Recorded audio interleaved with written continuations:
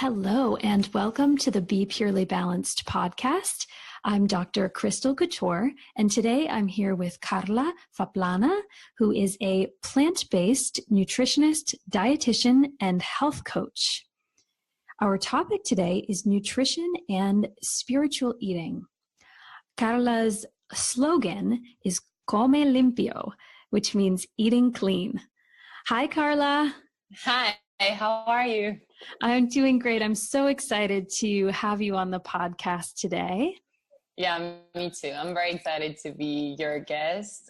It's been a while, and I'm very happy that we could make it. Absolutely. So why don't we start off by having you share your journey into the world of food?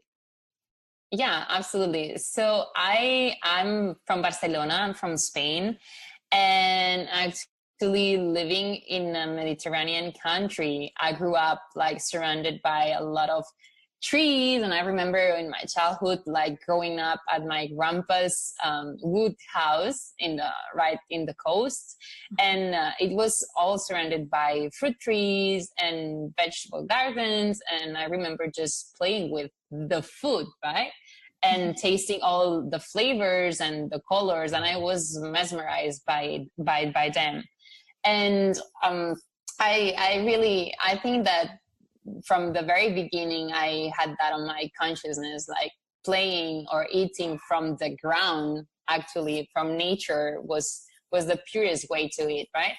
And so when I got older, it was about time to go to university, and I was in a completely different path. I was in the business world. I was projecting myself as a businesswoman and traveling the world, but doing business and sales and all those things. But all of a sudden, right before like registering to university, I had a realization somehow, and I decided that was not the path I wanted for my life. I needed something more like human, or that would connect me with the essence of everything, the essence of who we are. And I'm a strong believer that we are what we eat. And so I think that my subconscious went up, or like just bloomed and knocked my door and said, okay, Carla, you got to change your direction. And so I went over the list of different degrees that the university in Barcelona was offering. And I saw dietetics and nutrition, and I said, wow, that's for me. It has my name. Mm-hmm. So I switched my mind, and I just went and I just registered, and I studied that for 4 years at the university. And I really like it. It was really interesting, and I enjoy it. But there's a but in here. I really like it, but I was taught to count calories. I was taught to plan a meal, or a week planning for each meal that you have during the day, and you gotta eat this for breakfast, and 10 ounces or 100 grams of this and that, very specific, like very rigid. Mm-hmm. And I didn't connect with that. And so when I graduated, I moved to the States. I crossed the Atlantic, I crossed the ocean, and I went and I started my adventure overseas. And it was in United States that I had this call, or the situation that I saw in the States. I first moved to North Carolina, and what I saw there shocked me a lot, actually, because I saw so many people with overweight, with these degrees of obesity that I could imagine before. Mm-hmm. And that made me think a lot about what was going on with food, the culture, the society. And I decided to find the solution, or what would be the solution for that. And obviously I was suffering some symptoms of like changing my way of living, or changing to another country. I could feel that I was getting bloated. I gained some weight. My skin changed a lot. I had some pimples and acne when I had never had any like skin issues back in my teens, no? And I started to do my own research, and I started to follow like a holistic doctors or integrative medicine doctors, and they were talking about green juices, and I was like, what's that? I gotta try. And one thing that I always do is that I'm always the guinea pig before saying something or sharing anything in my social media or with my clients. I gotta try it first. So as a huge fan of fruits and vegetables, I gave green juices a try, and I started to incorporating them in my breakfast, and I could feel like a huge difference. So my skin went clear again. I could say bye to the bloatiness that I was feeling or experiencing. I got back into my normal weight, and my mood. I had lost my smile or my optimistic attitude because I didn't feel any energy at all, and I got it back. And that made me think of the importance of eating the cleaner as possible, and that put me into that path of learning more about plant-based diets or plant-based lifestyle, and cleaning your body and detoxifying your organism, and how important is that, and not just for your physical body but also for your spirit and mental health. Yeah. Wow, what a journey. And you've been so open to really allowing, your heart and spirit to guide you to this path, and then exploring, teasing out the bits that feel right to you and make sense to you. Exactly. Yeah. Exactly. And that's what I believe too. Like there's no diet for everybody. Like there's no one diet that works for the whole world. Everybody is very specific. I truly believe in bio-individuality, which means we may be twins, and we've born, or we come from the same womb, but you are you and I am myself. And something that can be like extremely healing for me can be poison for you, because everybody is different. So you gotta learn to listen your body, to listen your needs, what your body is truly asking you. Not that you have a craving and you feel like eating French fries from McDonald's. No, that's not a craving. That's just, well, that's a craving, but that's not a need. Your body doesn't need that. It's just a craving that comes from emotional issues. But yes, you gotta learn what's best for your body. If it's winter time and your body is asking you for an earthy soup with lentils and sweet potatoes and some leeks, give it to him to eat, no? Or if it's summertime and it's extremely, extremely, extremely hot outside, go for your melon or watermelon, but don't go for an ice cream full of sugar, dairy, or because you know that it's gonna refresh you for some time, but then it's gonna bloat you, or it won't leave you feeling great. Exactly. So Carla, you have been vegan for how long? How did that transition go? Yeah. Yeah. So I went vegan by the end of 2012. Mm-hmm. And it all started when I moved to the States in 2010, when I saw that situation that I was explaining earlier. And I remember going to the supermarket to buy some chicken breast, and I would see the regular or the conventional option, and then right next to it I could see the organic one, which was antibiotic free, organic, hormone free, and so on.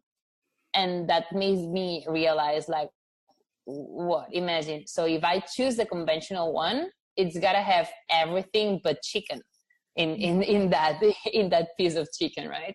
Like right. Antibiotics, hormones, and so that made me start thinking of transitioning to a more plant-based diet. And little by little, I started to stop eating meat, like red meat or white meat or lean meat, and then fish the same. I had a funny experience too, because I used to eat salmon back when I moved to the States, and I remember finding a frozen salmon that I really like and enjoy with vegetables and grilled and so on. And And one day I just, by curiosity, I decided to read the label and the list of ingredients. And there was not just salmon, there was flavors, preservatives, and so on. And so I said, and pigments as well. So there was not just salmon inside of that bag. There was more chemical products. And these chemical products not just clog your physical body, but also your mental body and your spirit.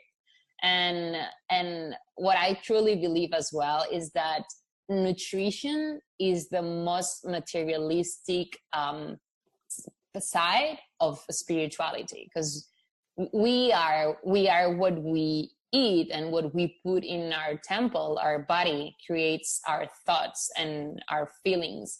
And I clearly remember that when I did the transition, I could get rid of all these clouds that I had in my mind, and it really helped me to make the jump or a step forward to do what I'm doing right now as a nutritionist.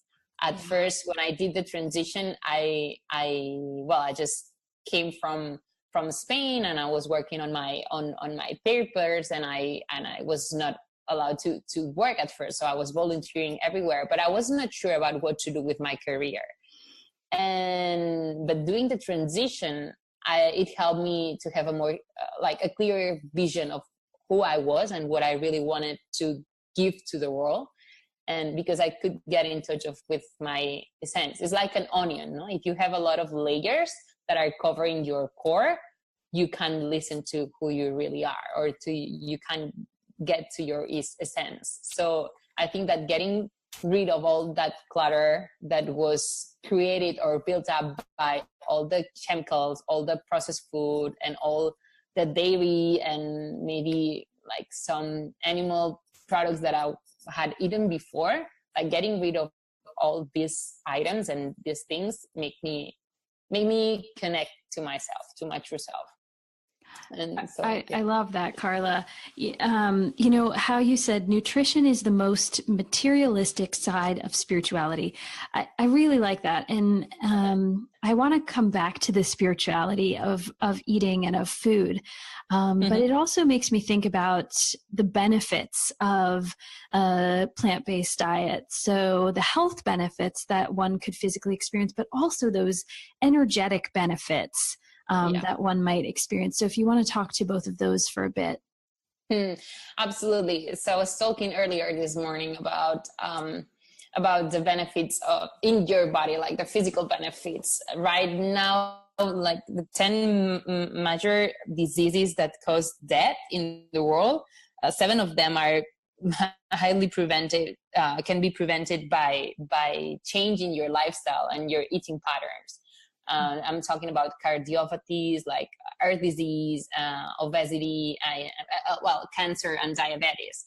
These are all preventive by the way you eat and your lifestyle. And it's clearly the way we eat and the way we behave that it's making the world sick. And actually more and more scientific papers are showing that the most natural and efficient way to get rid of all these illnesses and diseases are going towards a more plant-based, vegan or vegetarian diet. That's clear, and that's science, and you can find there's a lot of research done lately about this subject.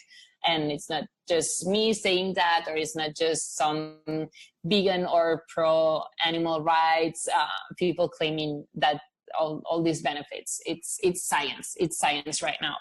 But besides that, how the plant-based is connected to the spirituality, I think that I'm blaming in a positive way this my change of eating patterns to open up my way or my journey to spirituality.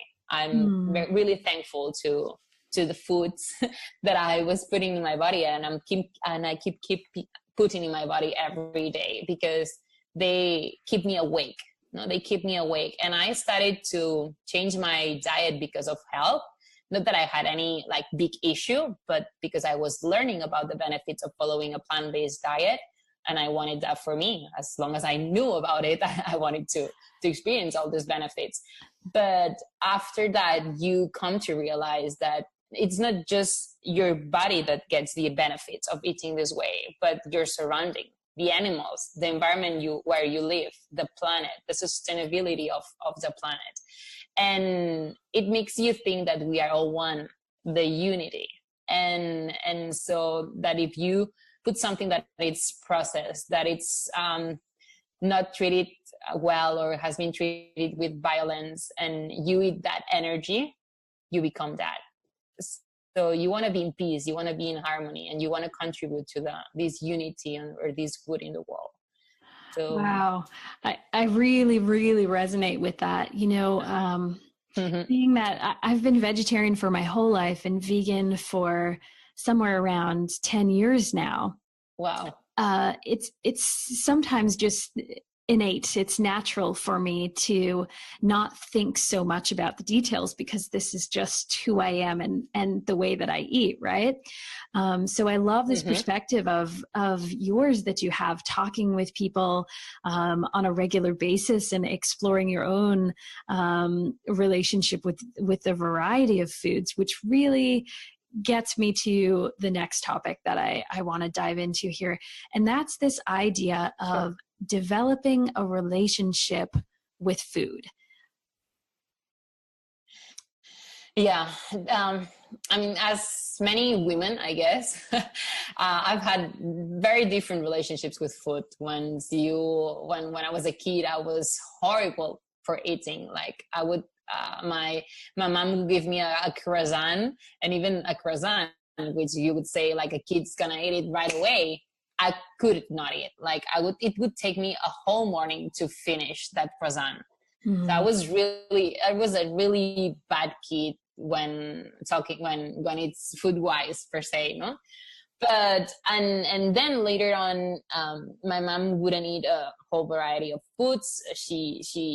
She's really picky. Well, or she was really picky. Now I probably can say that she's changed a lot. So if she has changed, I mean, anybody in this world can change the eating patterns. But she was the most stubborn lady in the world, and she was just with her rice, the steak. She couldn't see any green thing on her plate.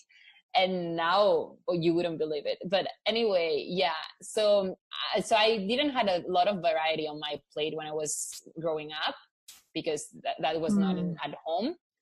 And then when you start changing, when you are in your teens, you get all these like silly things on your head, like, yeah, I gotta be thin, or you start getting some fears towards some kind of food, and you see or you read the calories that's in the food labels, and you try to avoid a lot of calories, and that all these things that many women go through during their like younger ages. But and it's an unhealthy relationship, actually, because we are not numbers, and that's the number of calories that there's in a food doesn't mean anything, because you maybe eat a cereal bar or a protein bar of 99 calories, and instead of a handful of nuts, which is 250 calories. But what's going to do better to your body? Like the nuts, which doesn't need any label or any other ingredient but nuts. And whereas the protein bar, it's full of like sugary stuff, a lot of chemicals to preserve that bar. So it's all chemicals that go inside your body and clog your energy channels and clog your arteries and everything, that hide your true self.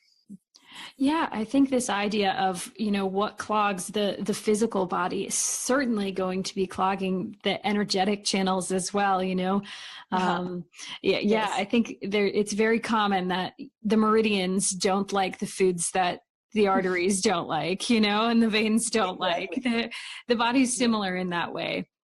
Yeah. I like this. I want to go a little deeper into this idea. Women,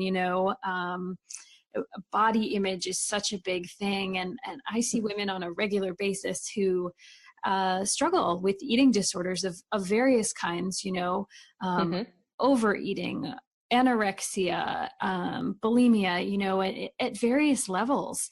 And the question becomes, how can we repair this relationship that we have with food and ourselves, you know? Yes, I think that it's a matter of education from the parents. And I've heard before that when girls have anorexia or bulimia, is that it's because there's an issue with the mother. So I think that it's really, really important as mothers that we like empower our girls, our daughters, and give them like a lot of confidence and talk openly to them about all these different issues and illnesses, so they know about them and they don't get into that trap. But also, like, it's a lot of love to your daughters, I would say. That's the main thing. That's the main thing. Yeah. Right now, I think that we are so stressed up that it's not, I'm not going to blame the parents, or I'm not going to blame anybody, because it's the whole society that it's playing this role. But like, the education starts at home, and it's really important. So any stimulus or any factor that our girls or boys, because there are boys as well that are suffering from anorexia or bulimia. Yes. So anything that they receive from the outside, they are strong enough to not pay attention to them or go over it, or feel that they are stronger than what they can receive from the outside. Yes. So it's empowering your kids.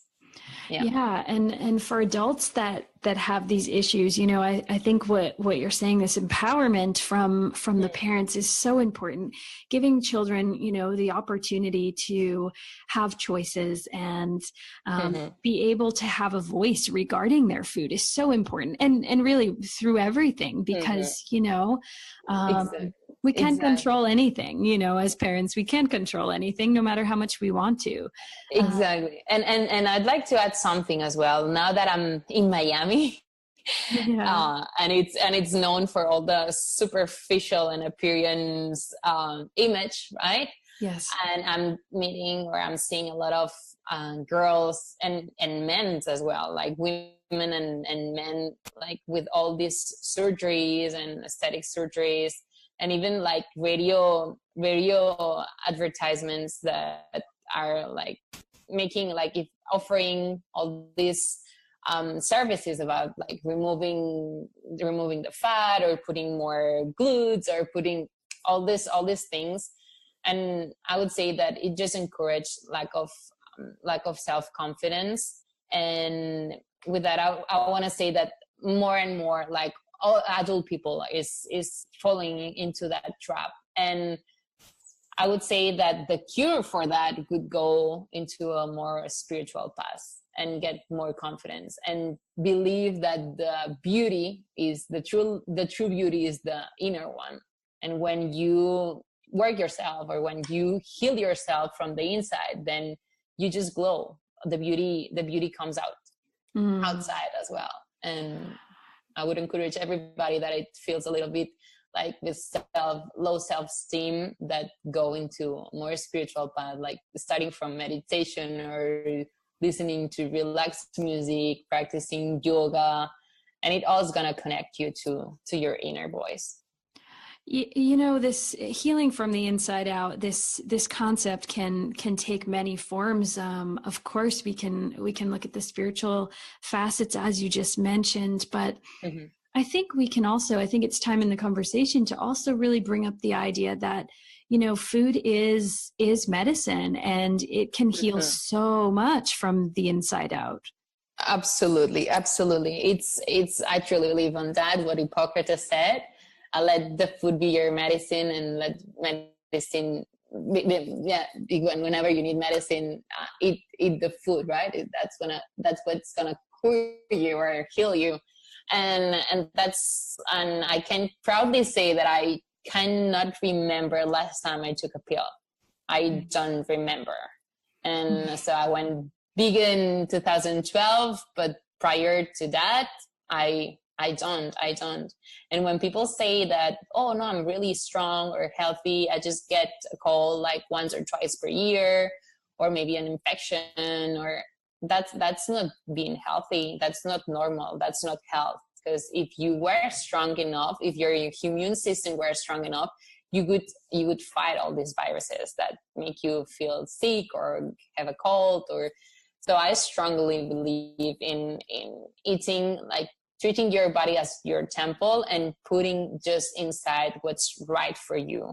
Obviously, we all have these times and these moments where you are on a celebration, or you feel like, okay, today I deserve a piece of cake, or because it also nourishes yourself. It nourishes maybe not your body in the best way, but your mind or your soul. If you are in a celebration on a birthday party and you are all eating a piece of cake, eating that piece of cake is gonna make you healthier in the sense that it makes you belong into that community or in that celebration. It's unity as well. But so we gotta have these moments as well. We can't be really, from my point, I don't think that being really, really, really rigid or very, very strict is healthy either. So you gotta have this flexibility somehow. Absolutely. And when you're at home, you do it your own way, or you eat your own way. But having that room for all these little things or gifts to yourself or treats, that's also healthy. Right. You know, it brings up this idea for me that I'm recalling as I think about it here, the idea of isolation. And I've seen women and men both have a very difficult time eating in public, eating at parties, this, that, and the other thing, because of such strict diets and not being part of the community. And I myself, being, vegan for quite a while, have had experienced that early on. And I think it's really important to talk to this idea that, a plant-based diet does not have to be an isolation diet. It doesn't have to be hard. Exactly. No. And one tip, just if you know you're going to an event where probably the food is not going to be the cleanest one, just go with a full stomach. Don't go there with an empty stomach, because you're going to be craving everything. And then you'll feel bad because you've been eating. You can eat some stuff from the event, even if it's not the healthiest food, but don't fill you up with all those foods that maybe it's going to make you feel sick later on. But relax about it, and just do wherever you can in each situation. Don't punish yourself, don't isolate yourself, because then it's going to be worse. You maybe feel like healthy for the way you've eaten, but then unhealthy with the relationships, which at the end eventually won't make you feel happy or healthy in a holistic way. Yeah, definitely. So I usually talk about tips at the end, but I would love to, since we've already started, why don't we talk about a few tips for people that are perhaps making the switch to a more plant-based diet? Okay. So it has nothing to do about plants, but about water, which is a really important thing. We are over like 65-70% made of water in our body. So it's really, really important that we drink, that we hydrate ourselves quite often. Because imagine, we are water, the vibrations and everything goes through water. So it's very important that we are really hydrated, that we have the content of water that our body needs in each moment of our day. And also, like, start the day with drinking a generous amount of water, like a big glass of water is the best way to start your day, because you've been sleeping, or at least you haven't drunk anything for 8 hours or more. And the first thing you need to do is hydrate yourself.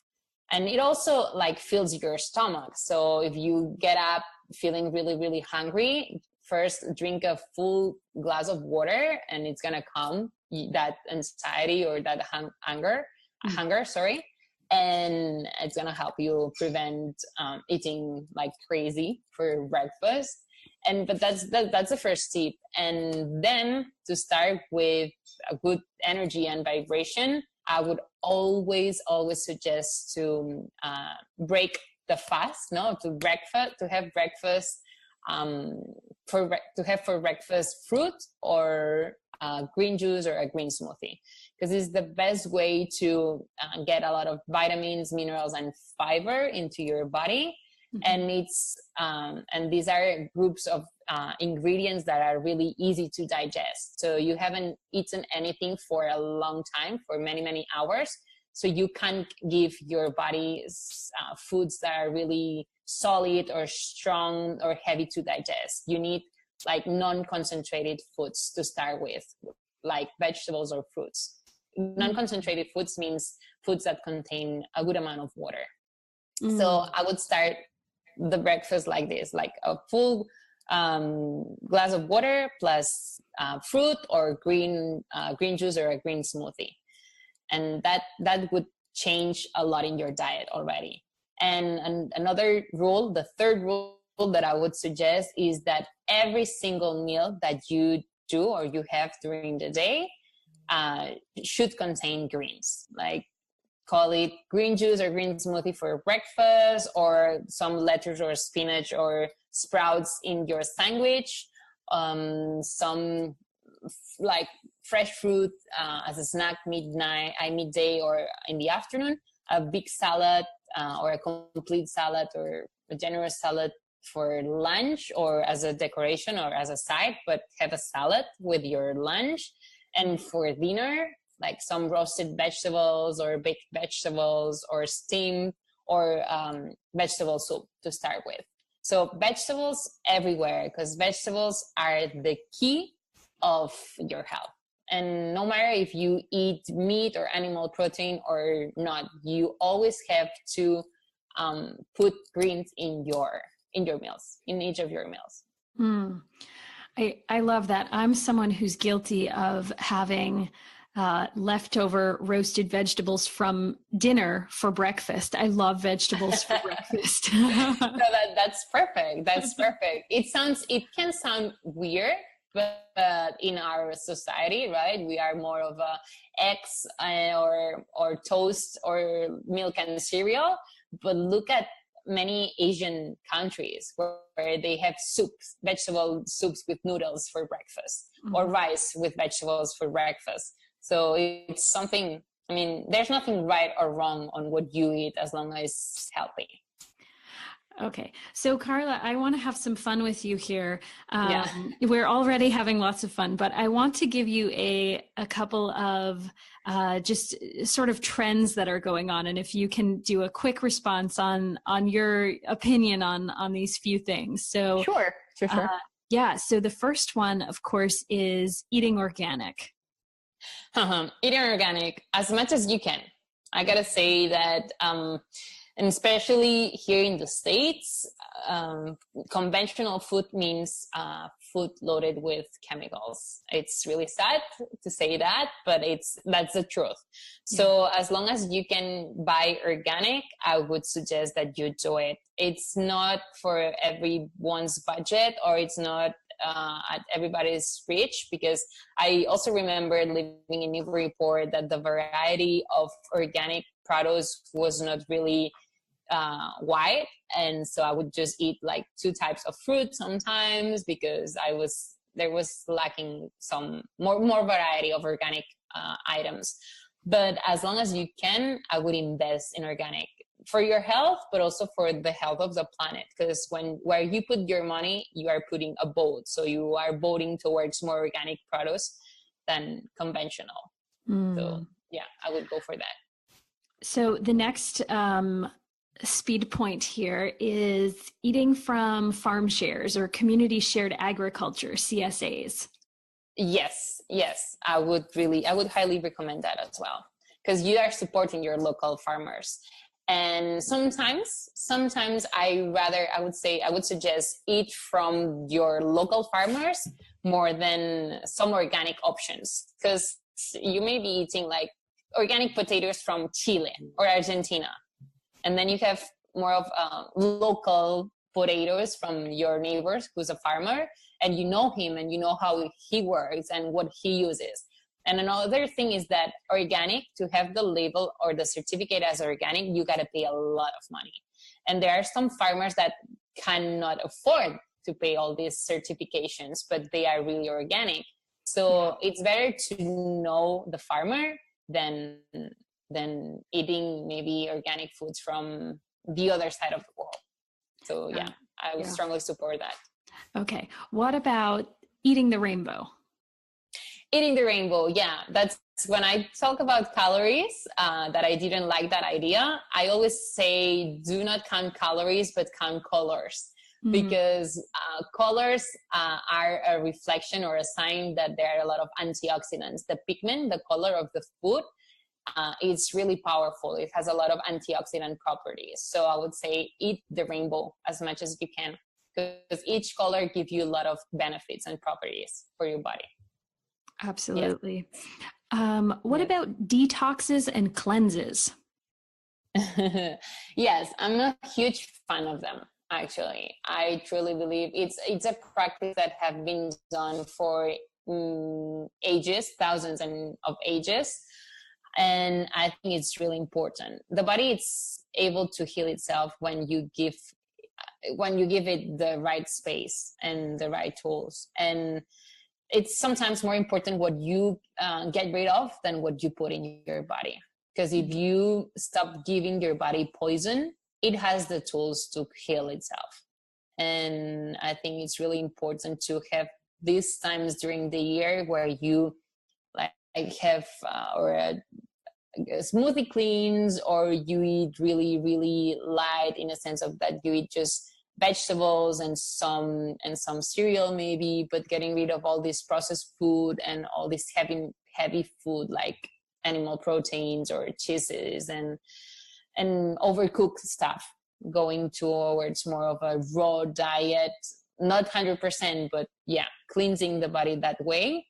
Or even fasting. There's people who fast for a couple of days or 3 days, or a water fasting. Yeah. I've never done a water fasting before. I don't know if I would be able, but actually I never thought I would be on a juice fasting, and I've gone over 15 days and I felt great. But yeah, I really encourage people to do cleanses, but if you are new to it, get advice from a professional.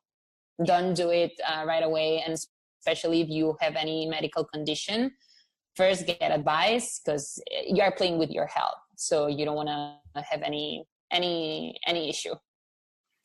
Yeah, I love how you put that together. So the final speed question here that I'm curious about is the gluten-free trend. The gluten-free.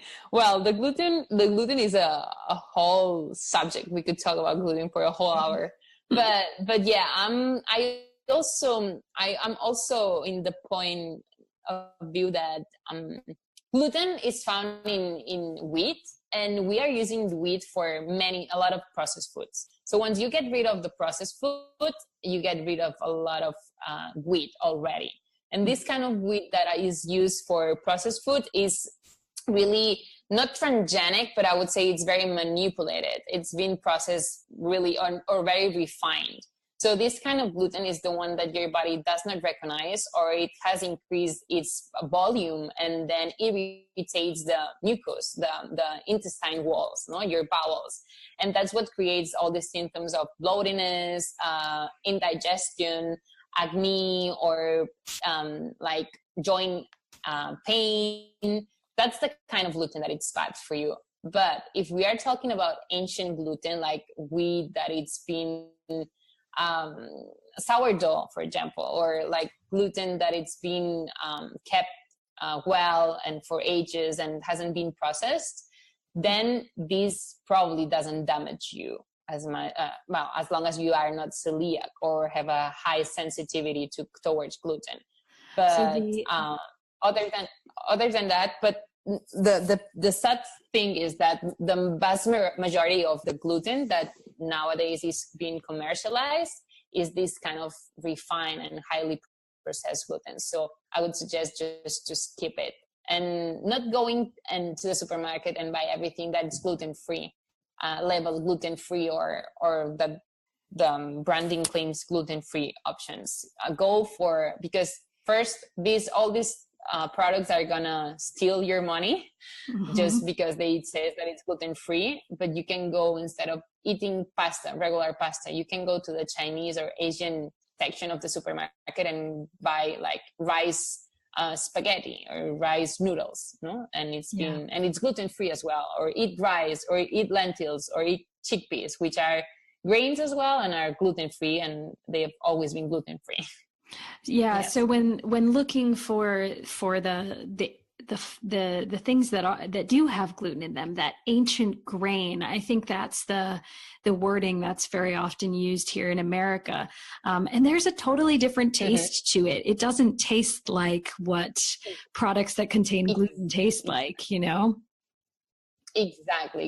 It's the real deal, the ancient grain, that it's not refined. Exactly. Yeah. So before we close today, I would love to just talk really quickly about the spiritual practice of eating. So what is it like to develop, to work with the energy of the vegetables, to work with the energy of the fruits, to work with whatever it is that you're preparing, and turn that mealtime into a really spiritual practice?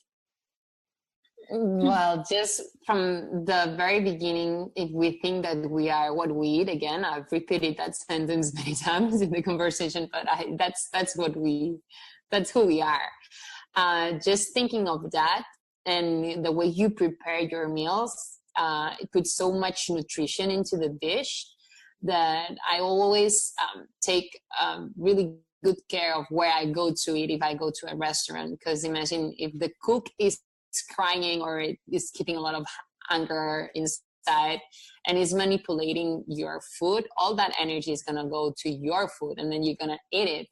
So I strongly believe as well in vitamin L, vitamin love, and you put that in your food when you're cooking it, or when you are preparing it. So I think that it's a really good thing when you, before eating, just to give thanks, or like put your hands on top of the food and bless them, and putting good energy, because that food is going to receive that good vibration, no matter where it has been prepared, but you're putting good intentions. So I think that the intention is what heals everything as well. The power of the brain, or the intentions, and the positive affirmations that you say or project towards things make the difference. Absolutely. So I think that it's very, very important, but also like more in a physical way. Let's think about a fresh bucket of spinach that you buy at the market, or think about 2 spoonfuls of spinach that have been boiled. So which of the two options are more, or give you more life, or strength, or more freshness? The fresh spinach, right? Yeah, the fresh spinach, of course. And we are talking about spinach, which is a really healthy ingredient, or a really healthy food. But just look at the energy, or the vibration of the different cooking styles, right? So that's why I also put a lot of emphasis on keeping some portions of the food you eat every day in a raw form, to keep that vibration. Yeah, I love that. And you know, I'm thinking now, as you were describing the spinach, I was shifting a little bit into the spiritual image, and I saw, you know, the vitality of the spinach that you get from the farmer's market, you know, and how alive it is, how much life is there. Exactly. That's what it is, and that's what we are, or we become, when we eat this kind of foods. Yeah. Absolutely. So, Carla, you have published several books now. Yes. Yes. And your books are available on your website, correct? Yes. So I've published 3 books so far. My first book is about green juices. Mm-hmm. My second book is about superfoods. My third book is about green smoothies and vegetable milks, like that you can prepare at home. Mm-hmm. And you can find them in any bookstore, like in Spain, but also in United States and Central and South America. But mainly like the green smoothies and superfoods are just in Spanish by now. The green juices one, it's in 5 different languages, in German, French, English, Catalan, and Spanish. Mm-hmm. And you can also find it on a PDF form, like digital form for your ebook on my website, which is carlazaplana.com, Carla with C and Zaplana with Z as in zebra. Mm-hmm. And you can download it from there. It's in Spanish though. Like my target it's the Latin community right now, and people from Spain mainly. But as you can see, I also collaborate with English speaking like media. But yes, and the 4th book is coming, hopefully by the end of the year. It's going to be out, it's going to be released, and it's about the philosophy, the Come Limpio philosophy, the Eat Clean philosophy that I'm spreading and sharing through my social media and books. Yes. Oh, that's beautiful. And Carla, you also put out YouTube videos and Instagram videos and all of that stuff, which they're fantastic. From the color perspective and also just from the energy, and of course the content is wonderful. So you can find Carla through the website and really get to see the color and get to see what's possible. And certainly if you're curious about a plant-based diet and are seeking some guidance, Carla is available for coaching sessions too, right? Exactly. Yes. And you can follow me on Instagram.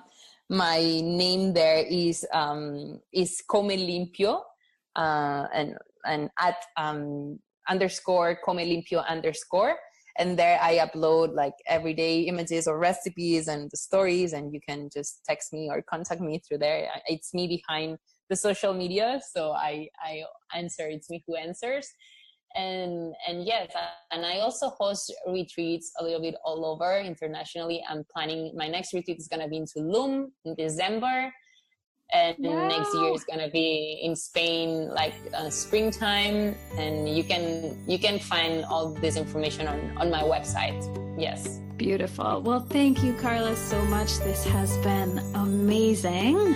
Thank you very much.